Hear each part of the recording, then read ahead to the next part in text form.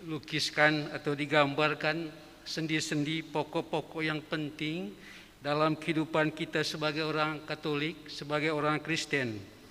Kalau ketiga hal ini kita hayati dalam kehidupan kita, baik dalam membangun relasi dengan sesama dan melaluinya juga membangun relasi dengan Tuhan, maka kita akan mengalami rahmat dan keselamatan dari Tuhan sendiri.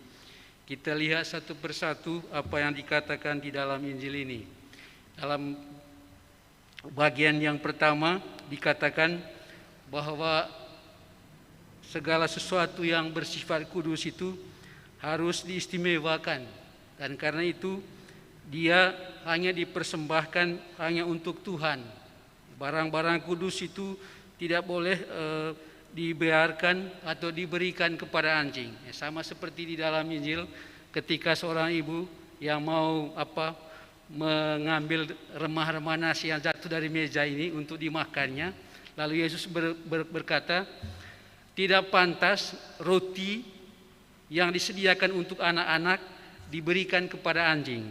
Anjing itu digambarkan sebagai binatang yang najis, binatang yang tidak pantas. Atau kalau dikaitkan dengan kehidupan rohani, sebagai orang beriman, sebagai orang Kristen, sebagai orang Katolik itu orang anjing itu artinya orang yang tidak beriman. Dan dalam dunia Yahudi itu, dalam adat Yahudi itu, anjing dan babi nanti akan disebut itu adalah sebagai binatang yang najis. Karena itu kalau bahan persembahan daging yang dikhususkan untuk dipersembahkan kepada Tuhan itu jangan diberikan kepada anjing. Karena itu pengelompokannya itu seolah-olah Allah itu sama sucinya dengan dengan anjing itu. Anjing yang dianggap najis tetap dianggap najis, dan karena itu daging yang khusus dipersembahkan kepada Tuhan jangan juga diberikan kepada anjing, supaya tidak ada kenajisan di situ. Lalu juga dikatakan bahwa barang yang berharga seperti mutiara itu jangan diberikan kepada babi. Babi juga itu dalam dunia Yahudi itu adalah binatang najis, Karena itu segala sesuatu yang berharga itu harus disendirikan, tidak boleh dicampur dengan yang lainnya. Ya, dengan demikian melalui ayat ini Yesus mau mengajak kita semua bahwa segala sesuatu itu harus ditempatkan secara tepat, menurut tujuan dan juga menurut tempatnya itu, sehingga tidak ada kekacauan antara yang bagus, antara yang baik, antara yang kudus dengan yang tidak kudus itu mesti dipisahkan. Karena kalau dicampur adukan itu susah untuk kita tempatkan mana yang lebih penting, mana yang kurang penting. Lalu aspek yang kedua, orang menyebut ayat ini sebagai semacam ayat kunci, ayat emas, peraturan emas, aturan emas gitu. Perlakukanlah orang lain sebagaimana kamu ingin diperlakukan. Akhirnya ini prinsip kehidupan. Kalau kita mau dicintai, maka mencintai orang lain. Kalau kita mau dihormati, menghormati orang lain. Pokoknya segala sesuatu itu dilakukan bertitik tolak dari apa yang kita mau. Segala sesuatu yang baik untuk kita harus juga menjadi baik untuk orang lain. Karena tidak mungkinlah kita mengharapkan kebaikan dari orang lain sementara kita menaburkan benih yang tidak baik untuk orang lain. Jadi ini prinsip kehidupan, dan saya kira sebagai orang Katolik, sebagai orang Kristen, prinsip ini berlaku untuk kita semua. Prinsip emas orang bilang itu disebut sebagai peraturan emas gitu. Karena ada unsur timbal baliknya. Kalau mau dikasih maka mengasihi orang lain gitu. Jadi sederhana saja sebetulnya. Karena itu di dalam dunia ini kalau kita mau hidup baik itu prinsipnya seperti itu saja. Ya. Mungkin dalam konteks yang lebih kecil itu ya kalau tegur sapa, menyapa dan lain sebagainya dalam kehidupan itu biasa saja. Kalau kita menyapa orang lain pasti menyapa kita juga dan lain sebagainya. Atau kalau kita mau dihargai, orang lain juga akan menghargai kita. Jadi prinsipnya seperti itu. Memang mungkin kita akan berpikir seolah-olah prinsip ini ada prinsip unsur do ut des-nya. Saya beri supaya orang lain beri. Oh tidak dalam konteks itu. Jadi kalau mau kehidupan baik itu caranya seperti itu. Ya. Lalu aspek yang ketiga yang Yesus bilang, kalau mau mendapatkan keselamatan itu jalannya itu sesak. Jalannya itu sempit. Orang butuh perjuangan untuk bisa mencapai kehidupan itu, untuk mencapai keselamatan itu. Sementara jalan yang lebar, jalan yang luas, itu semua orang suka gitu. Dan orang di ujung perjalanan itu ada kesulitan, di ujung perjalanan itu ada neraka. Saya kira ini juga prinsip yang baik gitu. Ya, dalam kehidupan ini memang untuk mengalami keselamatan itu harus seperti Yesus itu, ya, berkorban, ya, mati untuk yang lain. Ya, prinsip Kristiani, prinsip Katolik juga seperti itu. Sempit jalan ini. Hanya orang yang hidupnya berkualitas, hanya orang yang hidupnya bermutu bisa menempuh melalui jalan yang sempit itu. Ya. Karena di ujung perjuangan itu ada surga. Di ujung perjuangan itu ada kebahagiaan. Di ujung perjuangan itu ada kehidupan, ada kebahagiaan kekal. Karena itu kalau mau mengalami kebahagiaan itu, ikuti jalan yang sempit itu.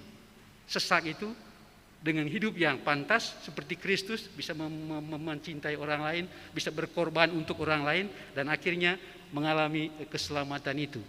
Ya, lalu juga ada tawaran lain. Ini kan soal pilihan juga. Ya.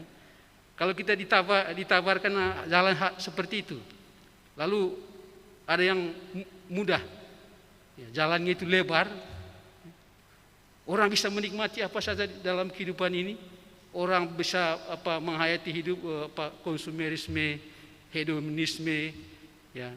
Orang mencari budaya nikmat itu, bisa memiliki segala-galanya dan lain sebagainya. Lalu tidak memperhatikan orang lain. Ya, ini memanglah jalannya lebar ini. Tapi di ujung jalan yang lebar ini ada jalan yang sempit, yaitu neraka gitu. Ya, kalau kita mau dalam kehidupan ini berusaha, berjuang, menerima salibnya dalam kehidupan ini seperti Kristus sendiri mengalami kebahagiaan itu melalui jalan yang sempit tadi itu. Ya, dengan macam-macam cara, dengan berdoa, dengan memperhatikan orang lain seperti sahabat-sahabat lapas ini, kita secara rutin memperhatikan mereka dengan bawa bekal kepada mereka dan lain sebagainya supaya jalan mereka itu bisa jalan sempit itu bisa mereka lalui. Ya, kalau kita tidak beri bantuan juga, biar jalannya sempit itu kalau tidak ada campur tangan sama sekali juga tidak akan bisa dilalui. Ya, bisa dilalui dengan perbuatan-perbuatan baik kita.